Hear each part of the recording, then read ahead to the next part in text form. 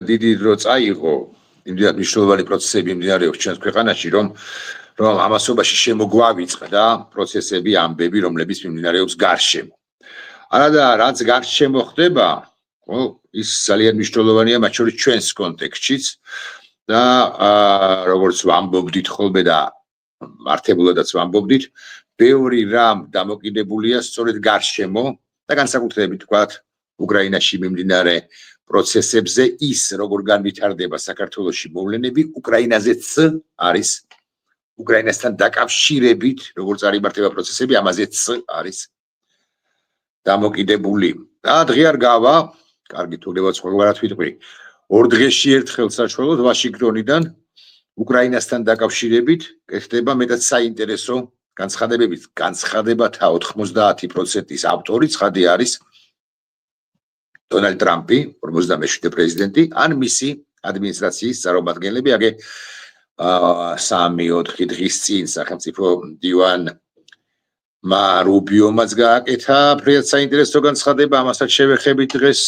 სავარაუდოდ ამერიკანის გიორგი ლაბაზესთან საუბარში და აგე გუშინ არ მინდა შემეშალოს და ტრამპმა თქვა მეტად საინტერესო განცხადება გააკეთა თუ არ ვწდები ჩვენ გვაქვს ვიდეო მაგრამ მანამ სანამ ვიდეოს გავუშვებთ მივესალმოთ ამერიკანის გიორგი ლაბაზეს რომელსაც მივესალმები და ახლა გიორგი მოგესალმები და ეხლა შემოგთავაზებთ ჩვენ ვიდეო კონტენტს ხელოვნური ინტელექტის მიერ არა მხოლოდ თარგმნას რაუდო და არამედ ხმადადებულს დაახლოებით იმ ინტონირებით რა ინტონირებითაც საუბრობს დონალდ ტრამპი Чем сус გარიგება დავდოთ უკრაინასთან ისინი მიიღებენ იმას რასაც ჩვენ ვახლებთ მათ იშვიათი მინერალებისა და სხვა რაღაცების სანაცვლოდ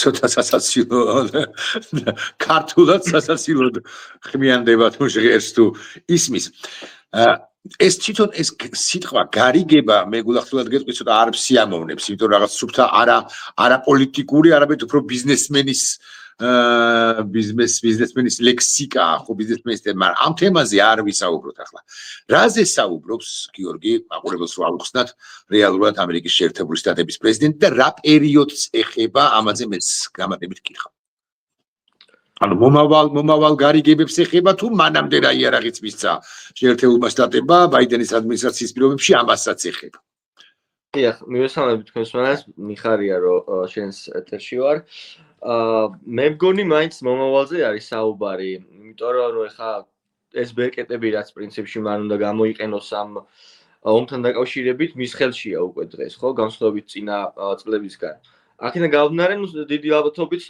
მომავალზეა საუბარი თუმცა აქ რამდენიმე საინტერესო თემას უნდა გავუსვათ ხაზი ჩემი აზრით რა რატომ დასჭირდა ტრამპს ამაზე საუბარი რომ აი ვქოთ აი წიაღისეულის სანაცვლოდ გავაგრძელებ იარაღის მიწოდებას და რატომ ვერ მოახერხა ის რომ პირდაპირ გადაეტანა ეს იარაღის ესე იგი გადაცემის მომენტი ხო ან გააგრძელებინა როგორც არის ნუ რეალურად ეს კარგად არის ცნობილი და ამის გამო ახლა მათ შორის ქართულ საზოგადოებაში უკრაინულ საზოგადოებაშიც იყო შიშები რომ რიგი ესე ვთქვათ იზოლაციონისტი რესპუბლიკელების ესე იგი გავლენიდან გამომდინარე შეერთებულ შტატებს შეიძლებოდა ეს დახმარების მომენტი უკრაინის მიმართ შეეწყვიტა იმიტომ რომ აი ჩვენ ვიცნობთ კარგად ხო მაგალითად ტაკერ კალსონს რომელიც გამხმოვანებელია ამ ფლანგის ესე ვთქვათ რომელიც აი სკეპტიკურიც აღარ ქვია ცოტა ესე ვიტყვი ცოტა უზელიც კი გახდა ესე ვთქვათ ბოლო დროს ამ მიმართულებით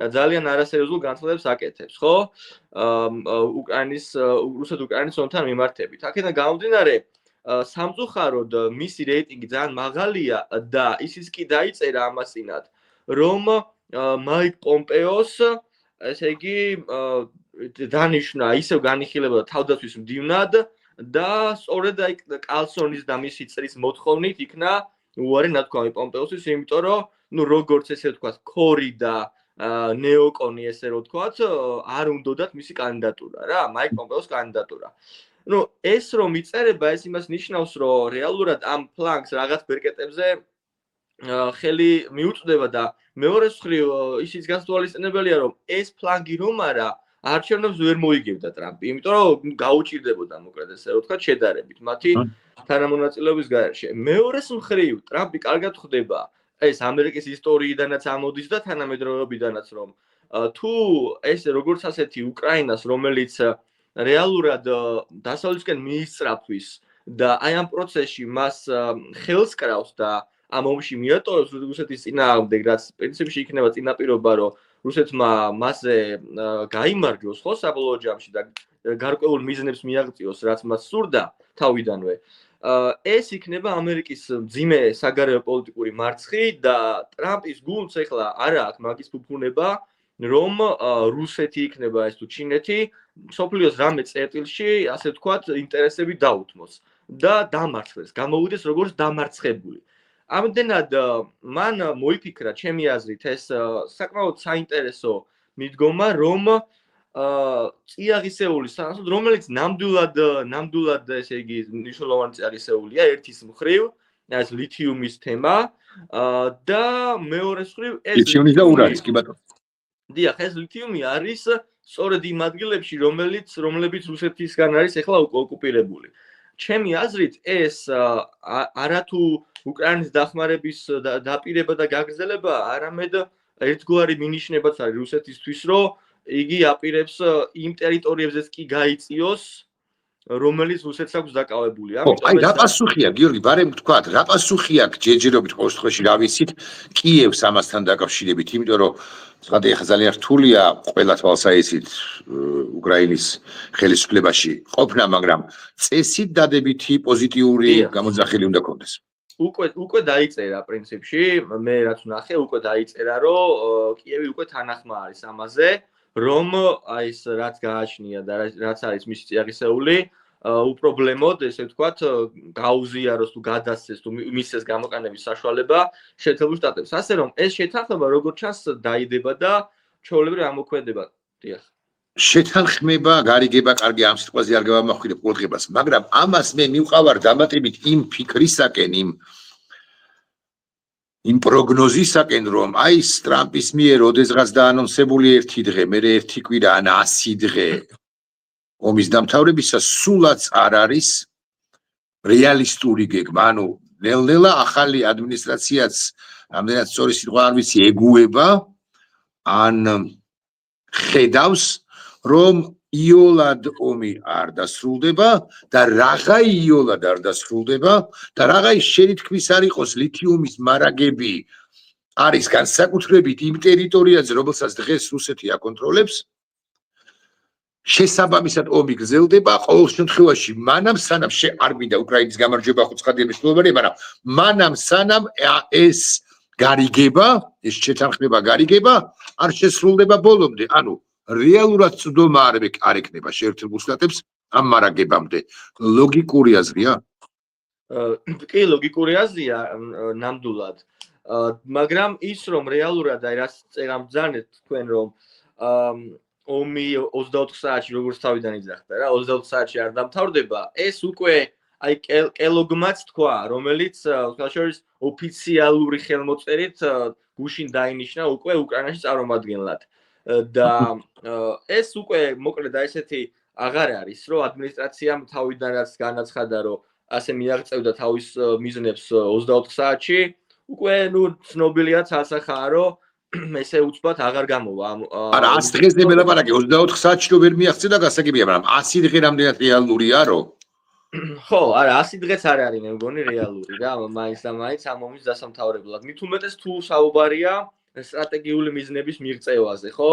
და აი როგორც ახსენე, აი ამ საბადოებზე გადასვლაზე. ნუ როგორც იკვეთება რეალურად რესპუბლიკელების, ესე იგი, ამოცანა ხდება, რომ მაქსიმალურად მტრები ვინც არიან, მაქსიმალურად რაც შეიძლება შეავიწროვონ და ამერიკის ერთგვარი პრესტიჟის თემა, რაც ჰქონდათ და რაც წარმოდგენაც აქვთ, რომ მათ უნდა ჰქონდეთ, რაღაცნაირად აღდგეს და ეს ვერ აღდგება თუ უკრაინა და განსაკუთრებით უკრაინა, ხო, რომელიც უშუალოდ ომშია ჩართული, იქნება ესე დატოვებული რუსეთის პირისპირ.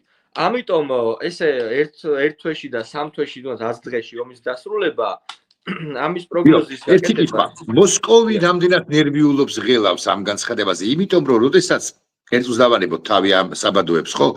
როდესაც ნავთობის შესაძლო გაიაფებაზე ისაუბრა ტრამპმა ინაუგურაციაზეც, მანამდე საუბრობდა და უკვე შემდგომაც მიქმედითი ნაბიჯები გადადგა, მოსკოვს ოფიციალურ დონეზეც, არა მხოლოდ მისი მიმომხილველების, არამედ ოფიციალურ დონეზეც არ ქონდა თლად პოზიტიური ან ადეკვატური თუ გდებოთ ესე ვიტყვი მიდგომა განწყობა პასუხი, იმიტომ რომ ჩვენ ყველა კარგად ხვდებით ახლა ბაიდენის ადმინისტრაციის პირობებში ამაზე ნაკლებად იყო საუბარი, მაგრამ ამ ომს აქვს ეკონომიკური ფაქტორებიც და მარტო ფილდზე, ველზე რაც ხდება ძალიან მნიშვნელოვანია, ცხადია, მაგრამ გარდა ამისა ძალიან მნიშვნელოვანია რა ხდება ომის გარშემო, ომის თეატრში თუ თეატრზე გარშემო რაც ხდება იმ თვალსაზრისით, ეკონომიკური კუთხითაც.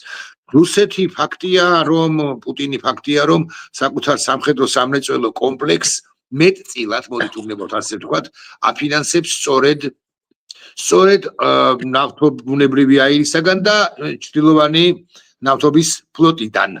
ხო, მაყურებელს მოგვიანებით თუ გნებოთ აუხსნათ, რას ნიშნავს ეს უკანასკნელი. აი, ეხლა უკვე მითხარი რა, აი ამ დიდ წიაღისეულთან დაკავშირებით, საბადოებთან დაკავშირებით რა პოზიცია ჰქონდა მოსკოვს, ხომ არ არის ეს ცნობილი. ჯერჯერობით ეს ძალიან ახალი ამბავია რა, ეს არის რაღაც 12 საათის ამბავი, წუხელ ამ დროს დაიდო. ჯერჯერობით მოსკოვის პოზიცია არ დაწერილა, მაგრამ ნუ გასაგებია რაც იქნება მოსკოვის პოზიცია წინა რეაქციებიდან გამომდინარე. ეხლა რა იყო წინა რეაქციები, ხო? მაგალითად, მაყურებელი შეიძლება გაეცნო, როცა ტრამპმა მოაწერა ხელი განკარგულებას ერთი კვირის წინ შეერთებული შტატების საჰაერო დაცვის გაძლიერების შესახებ. აი ეს ისრაელის მსგავსი საჰაერო თავდაცვია. დიახ, კინეს გუმბათზეა საუბარი. ნუ მერე დაიწერა რომ ეს სრულიად განსხვავებული სისტემაა და ამერიკული ტექნოლოგიებით შეიქმნება და ისრაელის სისტემასთან არ აქვს კავშირი, მაგრამ ნუ კიდევ უფრო უკეთესი, ხო? იმიტომ რომ ამერიკელების ტექნოლოგია ცოტა უფრო სხვა არის. აქედან გამომდინარე, ამაზე მოსკოვს ჰქონდა პუტინმა პირდაპირ თქვა, რომ ეს არ არის კარგი ნაბიჯი რესპუბლიკელების მხრიდან, ტრამპის მხრიდან, იმიტომ რომ ეს იწვევს ბალანსის დარღვევას საერთო თავდაცვის სისტემებიდან გამომდინარეო, ხო? ეხლა რო გავუყვეთ ეს ერთი, მეორე, აი ნავთობის საკითხები. თქვენ ძალიან ეწეგან ბაიდენის ადმინისტრაციამ სამწუხაროდ თავისი აი ესეთი იდეოლოგიური პოლიტიკებიდან გამომდინარე ბაიდენის ადმინისტრაცია ამ ნავთობის საკითხებს ვერ არეგულირებდა ფასს გულისხმობ. იმიტომ რომ მარტო ვთქვათ არ აგრძელებდა მოპოვებას შეერთებული შტატების ტერიტორიაზე და ამასთან ერთად საუდის არაბეთს ვერ აიძულებდა რომ გაეზარდა მოპოვება. ამიტომ რუსეთი ძალიან კარგად გრძნობდა თავს ამ შემოსავლებთან. ეგრევე იყო მაღალი ფასი, კი ბატონო. დიახ, ძალიან მაღალი ფასი. ეხლა უკვე სხვათა შორის, აი 2004 წლის დასაწყისს თუ შევადარებთ 24 წლის ბოლოსთან, დაახლოებით ყოველდღიური შემოსავალი 300 მილიონით შეუმწიდათ რუსებს და თუ დაუმატებთ ეხლა რომ უკვე ჩინეთი და ინდოეთი ვეღარ იღებენ რუსულ ნავთობს, იმიტომ რომ ამერიკამ დაასანქცია 6 იანვარს ეს როგორც მოგესალმებით ეს ტანკერები, ხო? გადამტანი ამ ის რა ქვია, ნავთობის გადამტანკერები. დიახ. კიდევ უფრო გაართულებს ესე იგი ამ რუსული ნავთობის გაყიდვას, იმიტომ რომ რეალურად ჩინეთი და ინდოეთი იყვნენ ერთ-ერთი უმთავრესი შემსყიდველები და ინდოეთის წილი იყო 36%, მე მგონი რაღაც ესე 30% მთელი ამ შესყიდვების. ამიტომ ეს ძალიან მაღალი რიცხვია და საბოლოო ჯამში აუცილებლად დაარტყამს ეს რუსეთის ეკონომიკას უახლოეს თვეებში და არც ისე შორს. და რაც შეეხება ესე იგი ოპეკისთან დაკავშირებით მიმდინარე მოვლენებს, რომელმაც უნდა მიიღოს მონაწილეობა ამ ნავთობის ფასთან დაკავშირებით, გუშინ იყო ამ ოპეკის შეხვედრა, მათ შეხვედრა ჩანიშნეს, იმიტომ რომ ტრამპმა მოითხოვა ფასების ვარდნა და სხვათა შორის ესე იგი რუსეთმა, ყაზახეთმა და რამდენიმე ქვეყანამ უარი თქვა, თავისთავად ცხადია, ხო? ნავთობის ფასის დაწევაზე და ეხლა უკვე ცალკე უცდილობენ ამერიკელები, რომ აი საუდის არაბეთს და ემირატებს თვითონ ცალკეულ ოპეკის გარეთ, ესე ვთქვათ, რა ქვია, მოპოვება გააზრდებინონ, ასე ვთქვათ რა. მაგრამ პარალელურად ამერიკის შეერთებულ შტატებში ეს მოპოვებები, რაც გაჩერებული იყო, ადგილობრივი კანონების სრულებიდან გამომდინარე, ეხლა ტრამპი აკეთებს, ისედაც მოიმატებს და ისედაც ყველა ვარიანტში იქნება ფასების შედარებითი ვარდნა.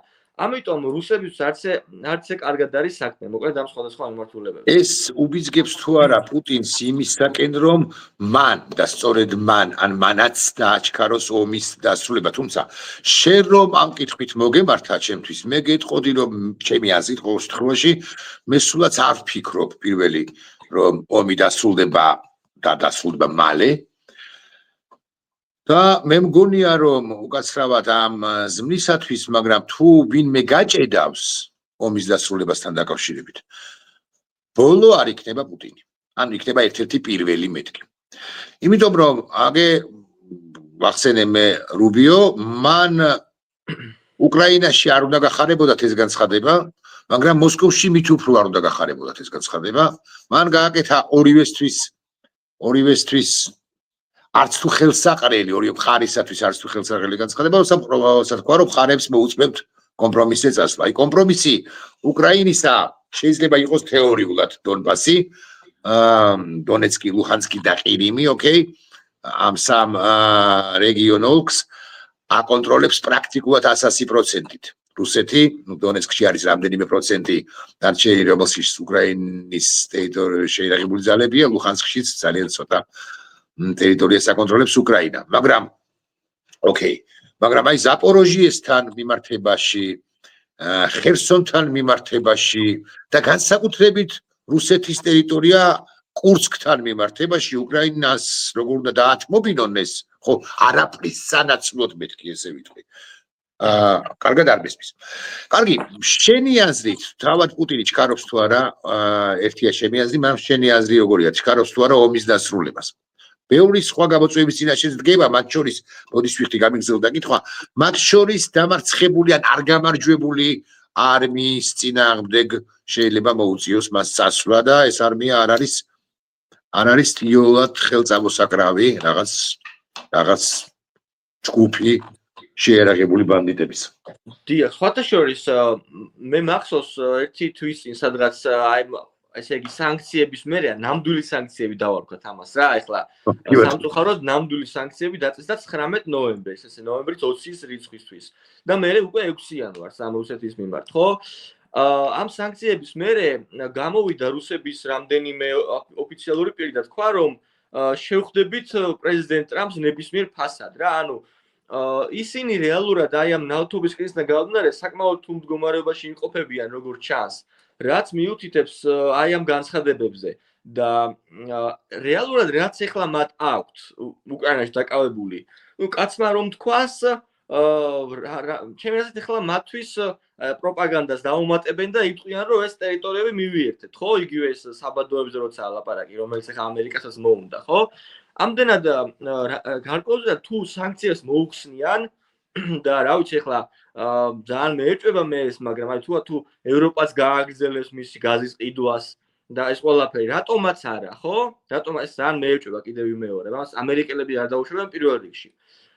რატომაც არა, მაგრამ ნუ რეალურად ეხლა როგორც ჩანს, ეხლა მე კიდევ ვიმეორებ იმას, რომ ამერიკელები ესე მიშვებას ამ კონფლიქტის როგორც ჩანს არ გააკეთებენ მოკლედ და მათ სურთ რომ მაქსიმალური ბერკეტი გამოიყენონ დაანახონ ამ რუსეთს მაქსიმალური ძალა რომ ისინი არ ეშვებიან და მოკლედ არ ტოვებენ ამ კონფლიქტს რომ რაც შეიძლება მეტი დათმოს რუსეთმაც მაგრამ რეალურად აი ხა რო გაუყვეთ ხო ძალიან საინტერესო ინტერვიუ მისცა კურტ ვოლკერმა სხვათა შორის ასე ერთი თვის წინ რადიო თავისუფლებას მან ესეთი რაღაც თქვა რომ თუ უშუალოდ უკრაინის აი ესეთ ტერიტორიული მთლიანობის სრულ აღდგენაზე იყო საუბარი ეს არის უკვე დაკარგული მომენტი რადგან ბაიდენის პირობებში მათ დროული დახმარება არ გაუწიეს უკრაინას და იდეაში ხა კურტ ვოლკერი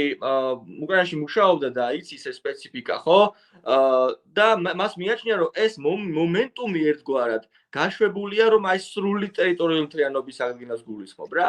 ნუ ეს ახლა მისი მოსაზრება. ანუ შენ გულისხმობ, ან ლოკერი გულისხმობს 91 წლის საზღვრებში, ხო, ანუ დე იურე საზღვრებში უკრაინის დაბრუნებას, თუმცა მეორე მხრივ ხა ნატოში შეერთებული შტატების ყოფილ წარმომადგენელ ლოკერს ან უკრაინაში ყოფილ წარმომადგენელს ლოკერი უკრაინაში იყო აღნიშნეს შენს, როგორ შევეწინააღმდეგო, მაგრამ ეს არ ნიშნავს მაყურებელს რომ განვუმარტოთ, რომ დასავლეთი კოლექტიური, ან კონკრეტულად შეერთებული შტატები, ან ევროპა და დემოკრატიული სამყარო, მოკლედ, ოკუპირებულ ტერიტორიებს უღიარებენ რუსეთს. რა თქმა უნდა. ხო, ესე იგი შეიძლება კონფლიქტი გაიყინოს 1300 კილომეტრიანი, ეგრეს როგორ უნდა მოხდეს, კარგად არ მესმის სიმართლე გითხრით, იმას შენ ამიხსნა.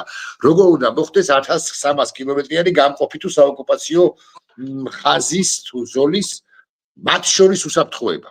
იმიტომ რომ იცის მაყურებელმა მაღალი ალბათობით რომ პუტინს ქვა აქამდებული და თავი აქვს შეშვერილი და არავინ არ დასავლურ ძალების შემოშებას არც აპირებს და დასავლეთსაც თუ გნებავთ ესე ვიტყვი ქვა აქვს აგდებული და თავს უშვერს იმასთან დაკავშირებით რომ ბელარუსელ ჯარისკაცებს იქ არ ჩააყენებენ და მას რა ხდება? ხო, აი რუბიომ გაკეთა საინტერესო განცხადება რა. ერთის მხრივ მან ის თქვა რაც წეგან აღნიშნე იმასთან დაკავშირებით რომ ეს მოლაპარაკებებია და ორივე მხარემ რაღაცა უნდა მოსთხოვე მოლაპარაკება აღარ დაერქმევა, მაგრამ მეორეს რომ მან ესეთი რაღაცა თქვა ძალიან ხაზგასმით და გასაგებად ჩემი აზრით რა, რომ ისე არ უნდა დამთავრდეს ეს ომი, რომ რუსეთს მიეცეს საშუალება, რომ მე 2 ან 4 წელში ახალი ომი დაიწყოს. ანუ ისე უნდა დამთავრდეს ეს ომი, რომ დასუსტდეს ეს რუსეთი მაქსიმალურად. ეს არის მათი სტრატეგიული ამოცანა ეხლა როგორც ჩანს, იმიტომ რომ მათ კარგად ესმით, ხა რუბიო რეალურად ვინ არის, ხო? მე გავაკეთე პატარა ამისა, რა ქვია, მიმოხილვა ამ რუბიოსი. ანუ ვეცადე რომ რაღაც ცოტა სიღრმეებში წავსულიყო, ვინ არის რუბიო, ხო? ჯერ კიდე 2014 წელს, როცა ყირიმის ანექსია მოხდა და ობამა იყო მაშინ პრეზიდენტი, რუბიო ფაქტობრივად სენატში გამოვიდა პირველი და თქვა და მოუწოდა და რა ვიცი, გალანძღა იქ ობამა და ყველა რომ არ შეიძლებოდა ყირიმის ანექსიის ესე შეგუება და უკრაინის მხარდაჭერა, დახმარება დემოკრატიაში თუ ყველაფერში და მაგ დროს უკვე არჩევნები მოდიოდა 2014 წელს არჩევნები მოდიოდა უკრაინაში. ამ მიმართულებით არ უნდა მივცეთ რომ რუსეთი ჩაერიოს ამ არჩევნებში. მოკლედ რუბიო მაქსიმალურად იცის ასე ვთქვათ ეს ისა რა ქვია მომენტები ამ უკრაინასთან დაკავშირებით და ისიც იცის რა არის მისი მნიშვნელობა აქედან გამომდინარე, ხო? ამის გარდა ვიდრე დაენიშნებოდა რუბიოს სახელმწიფო მდივნად ბაიდენის დროსაც იგი აკრიტიკებდა რომ მეტი დახმარება რატო არ მიეწოდება, მეტი იარაღი რატო არ მიეწოდება. ამის რისი თქმა მინდა, ამის თქმა მინდა რუბიო სპეციფიკა იცის და ის რომ უკრაინა მნიშვნელოვანია და ეხლა რუსეთისთვის ესე მიგდება არ უნდა მოხდეს, ეს არის ამაზე ორი აზრი არ არის და ეს უკვე ჩემთვის პრინციპში აი რაც მაგ განცხადება გააკეთა რომ რუსეთი ინდონეზე უნდა მივიყვანოთ ჩვენ 2 და 4 წელში ომი ვეღარ დაიწყოს. ეს არის გასაგები, იმიტომ რომ ისეთი დონეზე უნდა იყოს დასუსტებული, რომ აღარ კონდეს ომში წასვლის თავი და პარალელურად უკრაინა უნდა იყოს ისე გაძლიერებული, რომ თავის დაცვა შეძლოს და მოკლედ ეს მე უკრაინა ამასობაში ძლიერდება კიდეც ისე რომ ამასობაში ძლიერდება, დიახ. ძლიერდება, იმიტომ რომ ამ შემთხვევაში მაყურებლისთვის აღნიშნავთ, რომ საკმაოდ მძლავრად აწარმოებს უკრაინა საკუთარ შეიარაღებას და იმისათვის რომ საკუთარი შეიარაღება გამოიყენოს მათ შორის რუსეთის ტერიტორიაზე, სულაც შეიძლება აღარც დაჭირდეს ესეთი მწვანე სანქციება ვაშინგტონიდან. ეს უკანასკნელი მწვანე ანთებულობა მან მიიღო ბაიდენის ადმინისტრაციის დასალიერზე, იცით თქვენ, როდესაც პრინციპში უთხრეს რომ შეიძლება რუსეთის სიღრმეებში ამ დრონების განსაკუთრებით გამოყენება. რამდენიმე საკითხი კიდე დამრჩა, მაგრამ ერთი ესეთი შუალედური კითხვა. ბევრი ავარაუდობს კი არ ამბობს ამგვარ რამეს, რომ შესაძლო შეხვედრა ტრამპისა და პუტინისა დაემსგავსება მიუნხენი 1928-ს. მაგრამ ბევრი ვარაუდობს საპირისპიროს. მოკლედ, მე გკითხავ ასე, არის ტრამპი, ცოტა ისეთი რიტორიკული კითხვა ერთგვარად. ტრამპი არის ამერიკელი ჩემბერლენი თუ ტრამპი არის შენ წარმოდგენით ამერიკელი ჩერჩილი? ჩემბერლენი ეხლა არ ვიცი მაგას ვინ ამბობს, მაგრამ აი უკვე ეხლა ჩემი აზრით რაც გუშინ გაკეთა განცხადება, ეს მაგის ნეიტრალიზება არის ერთის მხრივ. სრული ნეიტრალიზებაა, კი ბატონო. იმიტომ რომ ეხლა ჩემბერლენი რა არის, ხო, ჩემბერლენმა თქვა რომ მე მშვიდობა მოგიტანეთ და ყველაფერი ჩავაბარე. და ეხლა ეს რომ უკვე არ ხდება, ეს არის ცალსახა და ეს არის ფაქტი. მე ძალიან მიყვარს ეს ადამიანი, როგორც პროფესორად, როგორც მოღვაწე. მე უფრო შევადარებდი რიჩარდ ნიქსონს ამ ნიქსონს, კი ბატონო. და რატო? როდესაც ესე იგი ორი ვარიანტი ქონდა ტრამპს რა. ერთი ვარიანტი იყო რომ მიებაძა აი ჩემბერლენის მომენტი და ნუ მე ამას ვიტყვი პრინციპში აღარ დავმალავ რა. ანუ ბაიდენის მომენტიც იყო ეს გარკვეულწილად, ნუ ესა რა ქვია, განსაკუთრებით თავიდან როცა არ გაიგზავნა საკმარის დახმარებები უკრაინაზე და მეორე შეიძლება ყოფილიყო ნიქსონი და ეხლა რატომ მიდის უფრო ნიქსონზე და ვიდრე და არა ვთქვათ აი ჩემბერლენზე, ხო? ნიქსონმა გააკეთა ესეთი საინტერესო რაღაცა, როცა მან გაიმარჯვა არჩევნებში 68 წელს და ვიეტნამის რაღაც გაგანია თემა მიდის, რა უნდა გააკეთებინა მას, ხო? მას ერთის მხრივ არ უნდა რაღაცნაირად დაეთმო სიტუაცია და დაეთმო სამხრეთ ვიეტნამი და მეორეს მხრივ ესკალაცია მოეხდინა, რომ რაღაცაზე წამოეყვანა ჩრდილოელები. მან გააკეთა სწორედ ეს. რეალურად სანამ ვოთერგეიტმა დაღუპა, ეხლა ეს სხვა თემაა, ხო, ნიქსონი, თორემ მან ვიეტნამში პარიზის ზავის ცენზურულ წარმატებებს მიაღწია, როცა ხელი მოაწერინა ჩრდილოეთ ვიეტნამს აი მშვიდობის დამყარებასთან დაკავშირებით რაღაც მომენტში, ხო? ჩემი აზრით ეს არის გზა, რასაც ეხლა რესპუბლიკელები ირჩევენ, იმიტომ რომ ნუ ეს ეხლა სკოლა არის რა, რეალურად რესპუბლიკელების ის რაც მომწონს ეს არის რომ პრინციპში დემოკრატების ეგრე არიან, რომ აი მემკვიდრეობით გადაეცემათ რაღაცა ეს საგარეო პოლიტიკის თემები, ერთგვარად არის სტაბილური გადაცემა რა, deep state-ური. ხო, deep state-ური რა. ხო და ნიქსონის ესე იგი მემკვიდრეობა, მე რაც რეიგანის მემკვიდრეობა იყო, ეხლა ჩემი ეს არის რასაც ტრამპი აკეთებს, რომ ეხლა მე ესე მგონია ყოველ შემთხვევაში მოხდება ესკალაციაში იგულისხმება რომ დარტყმები რუსეთზე, იქნება ეს ეკონომიკური, იქნება ეს სამხედრო და ამით რუსეთს აიწევა თამასსა და მე თამასიდან ჩამოსვლა დაიწყება ნელ-ნელა. აიძულებენ რომ დადოს ზავი. ეს მოხდა რაც გააკეთეს ვიეტნამში და ვიეტნამში ბატონო. დიახ, მე რამდენიმე ანალიტიკოს მოусმინე, რომელიც აი ამ მიმართულებას მსჯელობს და მეც ამ მიმართულებას ცალსახად გონია რომ უფრო ეს შეიძლება იყოს. კეთილი. ეხლა ერთი კითხვით დაუბრუნდეთ კი არა, შევეხოთ საქართველოს. ეს თეზა, რომ შეერთებული შტატები და კოლექტიური დასავლეთი არ მიეტოვებს უკრაინას, ალბათ კი არა, ნამდვილად მართებული თეზაა. მართლაც, მათ შორის იმის გამო, რომ რუსეთს 2-3-4 წელიწადში არ მოუნდეს, მათ შორის აღმოსავლეთ ევროპაზე იერიშის მიტანა, ავალდებულებს განსაკუთრებით შეერთებულ შტატებს. და რასაკვირველია ევროპის კონტინენტსაც, რომ პირველ რიგში იყოს უფრო მკვეთრი, უფრო მკაცრი და ევროპის კონტინენტს ავალდებულებს, რომ პორტუგალიას, როგორც საფრთხე არ ემუქრება, ესპანეთიდან შეიძლება დაემუქროს თეორიულად და იქიდან ცხადი არ დაემუქრება, ხო? ავალდებულებს პორტუგალიასაც კი, რომ იყოს უფრო ადეკვატური მოთამაშე და 0.3% არ დახარჯოს საკუთარი ეკონომიკისა თუ დიანიში და პროდუქტისა თავდაცვის ხარჯებში ნატოს წევრი სახელმწიფოა. როცა არის შეერთებული შტატები, რომელიც პრაქტიკულად უზრუნველყოფს ხშირ შემთხვევაში მათ შორის ევროპის კონტინენტის უსაფრთხოებასაც ნებისმიერი პრეზიდენტის პირობებში და ეხლა ტრამპის პრეზიდენტობას არ გავიხსენებთ 16-20 წლებს, როდესაც პოლონეთში სხვაგანაც იყო, იცი თქვენ, მნიშვნელოვანი კონტრიბუცია შეტანილი მისი ადმინისტრაციის პირობებში. მაგრამ ამაზე არ ვლაპარაკობ.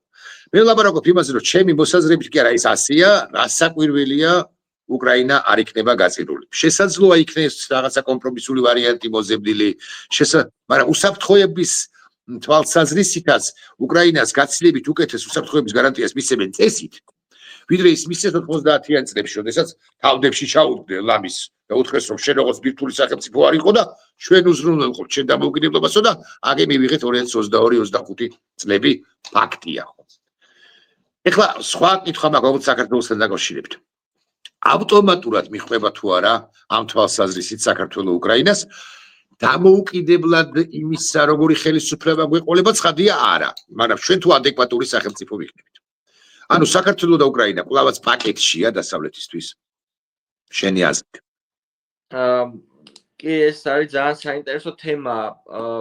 ეს ესე იყო დიდი ხნის განმავლობაში, მაგრამ რა თქმა უნდა რაღაც დონეზე მე მგონია რომ ეს ისევ ისეა, მაგრამ იმის გამო რომ ესე იგი ჩინეთის ინტერესი ძალიან ამოიწია ამ შავ ზღვასთან დაკავშირებით და ჩვენ ვნახეთ პანამას რა დაემართა ხო ჯერ კიდე 2 დღის წინ ამ მიმართულებით სადაც ჩინელებმა სადეს რომ ფეხი შეეყოთ იმის გამო რომ ესე არის მოკლედ ჩინეთის ინტერესი აქ გამოხატული და რაღაც ირანთან ხდება კიდე დაკავშირება მე მგონია რომ უკრაინასთან პაკეტის გარდა ჩვენ დამოუკიდებელი მნიშვნელობაც უკვე გვაქვს ანუ ეს გონია რომ ჩვენ კიდე უფრო საინტერესო ვართ ამ ხრივ იმიტომ რომ ეს ამერიკისთვის პირველ რიგში კი ეხლა ნუ სამწუხაროდ ევროკავშირი ვერ ახერხეს მოკლედ თავის პრობლემიდან გამომდინარე მე ძალიან ბევრს მასშტაბი ხოლმე რა ქვია წუწუნი დავარქვა თუ რა თქვა არ ვიცი მაგრამ ევროკავშირი ვერ ახერხეს მობილიზებას ამ ხრივ ისე როგორც საჭიროა და შეერთებული შტატები თუ მიისწრაფვის იმის გარდა თქვა ჩინეთი ჯერ გამოიყვანოს თავისი ნახევარსფეროდან იქნებოდა ეს პანამა და გრენლანდია და ნუ ვენესუელას როც მოვა ჩემი აზრით ხო მერე უკვე საუბარი არის იმაზე რომ აი სოფლიო სავაჭრო გზებზე ხო ასეა ამდენად სოფლიო სავაჭრო გზები როცა აი ძალიან საინტერესო თემაა რა აი ეს ისა გზის და ერთი სარტყელი ერთი გზა კი ბატონო სარტყელი და ერთი გზის შეთანხმება რომ არის ამას მათ შორის მასკის ხათა შორის და სხვა ადმინისტრაციის წევრები უწოდებენ უკვე რაღაცა სისულელეს და ეს ჯო ვილსონმა ხათა შორის ასე თქვა ეს ძალიან საინტერესო თემაა საითმიდის საქმე ანუ რეალურად თუ ეს პროექტი ამერიკელებისთვის მიუღებელია მაშინ რა არის მისაღები და რა არის საჩინეთის როლი გლობალურ კონტექსტში ხო შემაიას მათ უნდა ჩინეთის როლის მაქსიმალური შემცირება და როცა ჩინეთის როლის მაქსიმალური შემცირება გინდა შენ შავ ზღვაზე ანაკლიის პროექტს ვერანაირად ვერ ააშენებინებ ჩინეთს რომლიდანაც შეიძლება მთელი შავ უსაფრთხოების და თბილისს კი არ ეთქვი ბოდიშ ვიხდი ეს ძალიან საინტერესო რაკურსია თბილისს კი არ ეთქვი არაადეკვატურს რომ იცი რა ჩინელებს ნუ აძლევ ამ პროექტსო შეიძლება პეკინს უთხრა რომ თლაც შავ ზღვაში ნუ შემოდიხარო და შესაბამისად ავტომატურად ვეღარ შემოდის პეკინს უთხრა გაუცვალო არასწორი სიტყვა ევაჭრო არასწორი სიტყვა დააფრთხო ალბათ ეხა ამ ხელა სახელმწიფო დააფრთხო ესეც არასწორი სიტყვა მაგრამ გლობალურ პოლიტიკაში აუხსნა რომ შენი ინტერესი პეკინის ჩინეთის შესვლა შავ ზღვაში რომელიც სტრატეგიული მნიშვნელობის არის დასავლეთისთვის თლად ესე იოლი არ იქნება აქ მართლა თუ ვაჭრობა თუ ეს სიტყვა უნდა ვიხმაროთ ხო გაცილებით დიდი ბიჭები ვაჭრობენ ვიდრე აქაური პატარა ბიჭები და გეთახმები ირაკლია მაგიმართულებით მე აქამდეც მithქვამს და ეხაც გავიმეორებ რა ხან ახსენე რომ ყველა შემთხვევაში ჩვენ მოვექცევით აი ამ დიდი ბიჭების ლაპარაკის შემდეგ გავლენის ქვეშ ეხლა ის რომ ეხა ოცნებასაც დაელაპარაკებიან ეხა ამაზე ორი აზრი არ არის მაგრამ ოცნებამ უნდა იცოდეს მეორეს მხრივ მისი დამცველი ჩინეთი თქვათ ამ კუთხით რას ფიქრობს ამაზე და ამას უკვე ამერიკელებმა უნდა მიახვედრონ თუ რამე მისახვედრებელია თორე სხვა ვერანუ ვერ მიახვედრებს ხო ასეა ამდენად ეს ძალიან საინტერესო რაღაც აღნიშნეს სამწუხაროდ ის რაც პირველი ადმინისტრაციის დროს ხდებოდა ჩინეთთან მიმართებით იგი მაიკ პენსის და პომპეოს ჩამოსვლით საქართველოში ეს აღარ გაგრძელდა წინა ბაიდენის შემთხვევაში როცა ბლინკენი პირველი სახელმწიფო მდივანი იყო ქართულ-ამერიკული ურთიერთობების ისტორიაში რომელიც არ ჩამოვიდა საქართველოში და ეს ძალიან ცუდია ამიტომ ეს რო გაგრძელებულიყო ბლინკენის პერიოდში კარგი იქნებოდა ну მაგრამ არ გაგრძელდა სამწუხაროდ და ვნახოთ ახლა როგორ მოხდება ამის თუმცა მე შემიძლია ვიკამათო ამასთან დაკავშირებით და მგლის თავზე სახარების კითხვასაც დაებს გავსებოდა იმიტომ რომ ჩამოხვიდე ქვეყანაში რომლის პოლიტიკური ლიდერებიც უახლოეს ნათესავებს არც თუ კეთილი სიტყვებით მოიხსენიებენ შენსას ხო და მაგალითად ეხა ბლინკენი ხო სხვა პოლიტიკური ჯგუფი სხვა ფსოფხედველ არა შეიძლება არასწორი სიტყვა არა არ ვიცი მნიშვნელობა არა მაგალითად სენატორ შახინძე ლაპარაკობს ერთი დეპუტატი დაწოდებული ბანდიტი რომ ის არის ჩათლახიო ხო არ ჩავა ამგვარ ქვეყანაში სახელმწიფო მდივანი მაგალი ალბათობით ამ შემთხვევაში მის უფროსებს თუ შეხვდება ზარქუას უფროსებს გულისხმობ არც თუ იოლად რო ჩამოვიდა ის რაგვარი იყო ობრაიანი და რამე იყო რომ ხო უსწრეს რომ შენ გლობალურობის პარტიის წარმომადგენელი ხარო და მე მაინც გონია რომ სწორედ მაგიტომაც უნდა ჩამოსულიყო რომ აი ესეთ დღეში რაღაცა მაიმუნების ცეკვას დაამსგავსეს ეს პარლამენტი და მთელი პოლიტიკური სპექტრი, ხო? მე ესე მგონია ყოველ შემთხვევაში, რა ვიცი, ესე წარმოდგენა მაქვს ამ მიმართულებით. და საქართველოს კონტექსტში როგორ ბარი ბოლო კითხვა, როგორ ფიქრობ, ოდნავ გავშალოთ ეს თემა, როგორ იქნება საქართველოს კონტექსტში მით უფრო ვილსონის კონგრესმენ ვილსონის განცხადებების ეს კაცი თვითზე აქ ქვეყნებს გიორგი და ყოველდილით რო ვიღვიზებთ ჩვენ პირველი პლატფორმა იქ ჩავხედავთ ხოლმე და ვილსონი ხდება როგორც წესი ეს ვუტრინებს ცხადია, მაგრამ რამდენად მოიცლის არაუშუალოდ ტრამპი და შესაძლოა არც რუბიო, მაგრამ საერთოდ ადმინისტრაცია საქართველოსთვის ამდენად ღირებული რეგიონია შეერთებული შტატებისთვის საქართველო. კი ბატონო, ესე ძალიან საინტერესოა, ჩვენთვის პირველ რიგში ეს არის საინტერესო იდეაში, მე მგონი და რაც ვისაუბრეთ იქიდან გამომდინარე, აქაც შეიძლება რაღაც დასკვნები გავაკეთოთ, ხო? ეხლა ჩვენ გვახსოვს, რომ ტრამპის მოსვლა და კიმბერლი ლოუს დანიშნა ევროპის საქმეების ხელმძღვანელად, ხოდაშორის ევროპის საქმეების ხელმძღვანელად, ეხლა მინდა რომ თქვენ ამასენმა ნახოს, დაინიშნა ბლინკენის დროს კავკასიის საქმეების უფროსი. ანუ deep state-ი ძალიან გისა. Deep state-ი ჯერაც მოქმედე. კი, თანაც მაგარი ძალებით, ხო და ამიტომ ხო, ეს ძალიან საინტერესო მოვლენაა ხათაშორის. ნუ არ ვიცი რატო დაინიშნა, როგორც ჩანს, გამოხატა გარკვეული ზაფხულთან და ყველაფერი, ხა ეს ამას ვეღარ ჩავეძები, მაგრამ ყოველ შემთხვევაში დაინიშნა ევროპისა და ევრაზიის საქმეების უფროსად. ეს ნაგვარია მოდის ვიხდი? ნაგვარია ყველა. ნამდვილად ვეღარ ვიხსენებ ახლა გვარს, დამჭირდება რამდენიმე წამი რომ აღუდგინო. ეს ადამიანი შეხვედრილია ღარიბაშვილს, ხათაშორის 2003 წლის მარტში, ვიდრე რუსული კანონი შევიდოდა. ხო და მაგის მერე უკვე აღარაა შეხვედრილი და ეხლა უკვე სხვა პოსტი აქვს ამ ადამიანს და პრინციპში ძალიან საინტერესო პოსტი. ეხლა რატო ვამბობ ამ ყოველთვის 2003-ის კი 2023-ის კი ალბათ 23 დიახ. ხო, კი ბატონო. ხო, ეგონათ მოკლედ რომ ესე იგი რაღაცა ტრამპი რომ მოვიდოდა, ნუ გარკვეულ რაღაც ქალია და კაციაზე გადააგორებდნენ ამ ურთიერთობებს. და ნუ გავთქვათ ეხლა ჩვენს რომ კი ტრამპმა ნამდვილად თქვა რომ ორის სქესის სისტემა ნამდვილად დაადასტურა, გავიგეთ, მაგრამ ნუ ეს არ არის ეხლა ისეთი ღირებულებითი თემა, რის გამოც თქვათ იმ ადამიანებთან, რომლებმაც აბსოლუტურად გადააბარეს და ჩანაცვლეს ამერიკის ინტერესები ქვეყანაში, მოვლენ და ამის ეხლა ცუდად რო თქვა ძალიან ბოდიში და დაბოლდებიან ეხლა ამაზე, ხო? იმიტომ რომ რეალურად მაინც არის სტრატეგიული ინტერესის თემა. აქ პირველ რიგში კი არის ბევრი ლაპარაკობს ღირებულებები და რაღაცა, მაგრამ თავარი მაინც არის სტრატეგიული ინტერესები და სტრატეგიული ინტერესები არის ძალიან მნიშვნელოვანი და საკმაოდ მაღალი. ეხლა ჯო ვილსონის ფიგურაზე არის ხოლმე ეს რაღაცა მოსაზრებები, რომ ნუ ვინ არის ეს ჯო ვილსონი, სად ტრამპი და სად ჯო ვილსონი ეს რაღაცეები.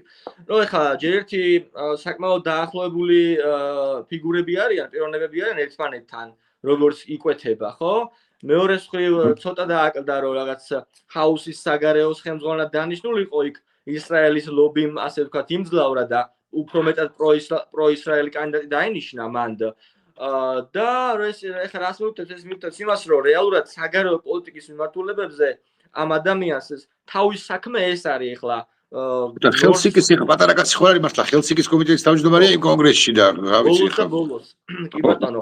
ამიტომ ჩემი აზრით ის რაც საქართველოს დაუკავშირდება საბოლოო ჯამში მაინც აი შეფასებული პირველ რიგში იქნება ჯო ვილსონის მხრიდან და მერე მიტანილი ტრამპამდე. თუმცა ეხლა რა თქმა უნდა ვილსონის გარდა ამაზე კიდევ ბევრი იმუშავებს და ყველაფერი კარგად იცის მარტივად რო ვთქვათ რა. გამოეხმაურები გუშინდელი საელჩოს განცხადებას, ძალიან მნიშვნელოვანი განცხადება გუშინ საელჩოში, მან ხაზი გაუსვა, რომ ტრამპის ადმინისტრაცია, როცა USAID-ის რეფორმას ახორციელებს, ეს ქართული ოცნების და მისი სატელიტების ინტერესებს კი არ ემსახურება, პირიქით, ეს არის ამერიკის ინტერესების გაძლიერება და არა რაღაცა მათ მიერ ასე ვთქვათ გაკეთებული თავის მხრივ ჩვენის მხრივ ვთქვათ რომ თავად საელჩომ ეს განცხადება გააკეთა მას შემდეგ რაც ქართული ოცნების ცალკეულმა ლიდერებმა თქვეს რომ ტრამპის ადმინისტრაცია სხვა რამეს ამბობს და აგე საელჩოს deep state-ობა კი არ შეიცვალაო და აუხსნათ როგორ უნდა აუხსნა მაგრამ არ ვიცი როგორ დაუხსნა მაგრამ აუხსნათ მაინც ამ